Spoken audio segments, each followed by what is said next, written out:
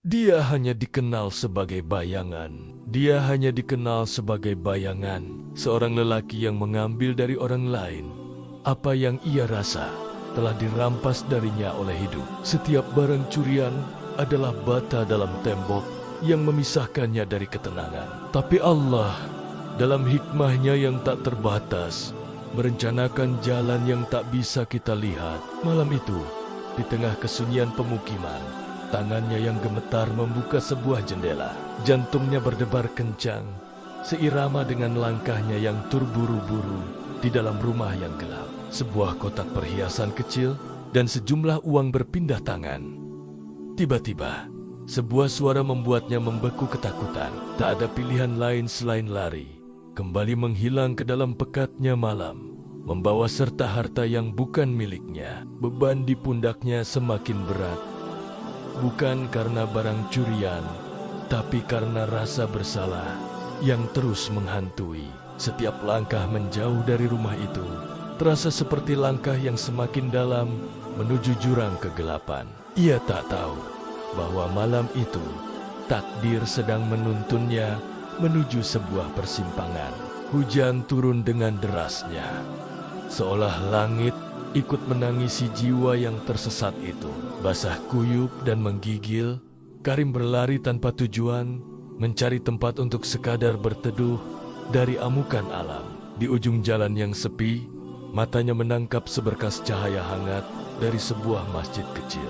Ada keraguan besar di hatinya. Bagaimana mungkin tempat suci ini menerima seorang pendosa sepertinya? Dengan rasa bersalah yang membuncah, ia melihat sekeliling sebelum akhirnya memberanikan diri melangkah masuk. Di dalam, suasana begitu hangat dan tenang, kontras dengan badai di luar dan di dalam dirinya. Seorang imam tua sedang khusyuk melantunkan ayat-ayat suci Al-Quran di dekat mihrab. Suara merdunya menembus relung hati Karim, menggetarkan sesuatu yang telah lama mati di dalam dirinya. Musik tegang dalam pikirannya perlahan sirna, digantikan oleh kedamaian yang aneh. Sang imam, Imam Yusuf menengadah. Wajahnya yang teduh dihiasi senyuman hangat. Tanpa bertanya, tanpa menghakimi, ia memberi isyarat ke arah pemanas. Mari, hangatkan badan. Hujan adalah rahmat, meski terkadang tak terasa demikian. Karim terperanjat. Ia mengharapkan hardikan, atau setidaknya tatapan curiga.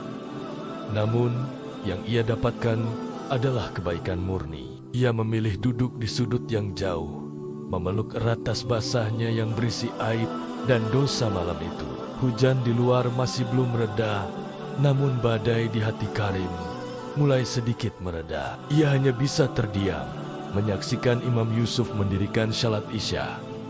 Gerakan yang tenang, wajah yang khusyuk, dan keikhlasan yang terpancar begitu jelas menyentuh bagian terdalam jiwanya yang terluka. Ia melihat sebuah ketenangan yang selama ini ia cari di tempat yang salah. Setelah selesai salat dan berdoa, Imam Yusuf mendekat, duduk di dekatnya, namun tetap menjaga jarak, memberinya ruang. Keheningan itu dipecah oleh suara Karim yang bergetar, hampir seperti gumaman.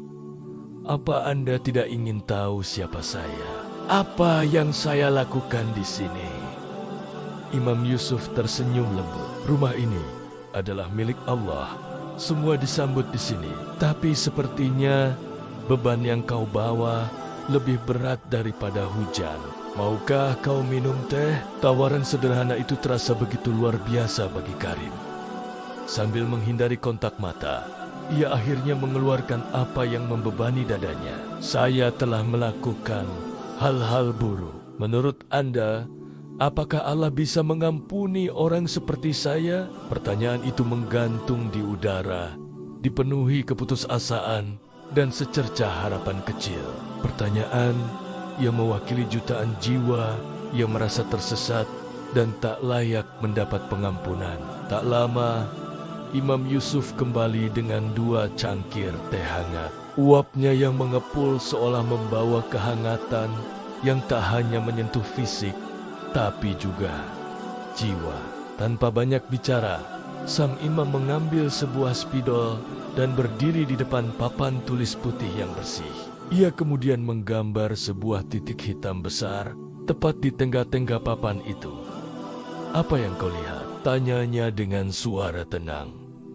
Karim menatap papan tulis itu. Sebuah titik hitam, sebuah kesalahan, sebuah noda.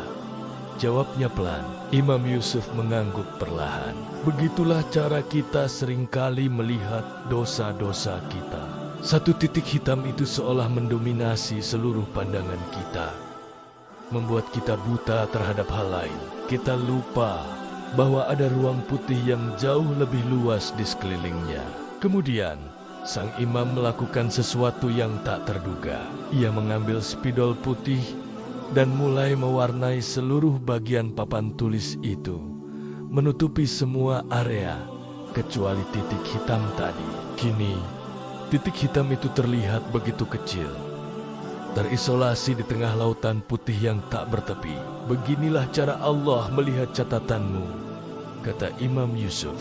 "Amal kebaikan yang pernah kau lakukan, potensi untuk menjadi lebih baik di masa depan, kanvas luas kehidupanmu, dan terutama rahmatnya yang tak terbatas adalah seperti ruang putih ini.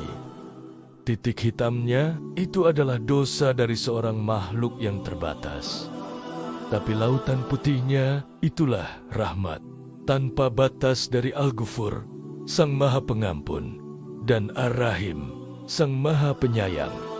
Rahmatnya jauh lebih luas daripada dosamu." Imam Yusuf lalu duduk kembali di dekat Karim, menatapnya dengan penuh kasih.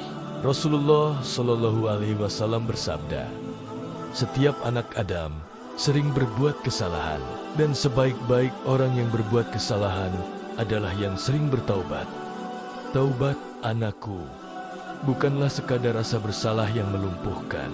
Ia adalah sebuah perjalanan, sebuah proses aktif untuk kembali kepadanya. Perjalanan itu dimulai dengan langkah pertama, meninggalkan dosa itu sepenuhnya. Langkah kedua adalah menyesali perbuatan itu dengan penyesalan yang tulus dari dalam hati.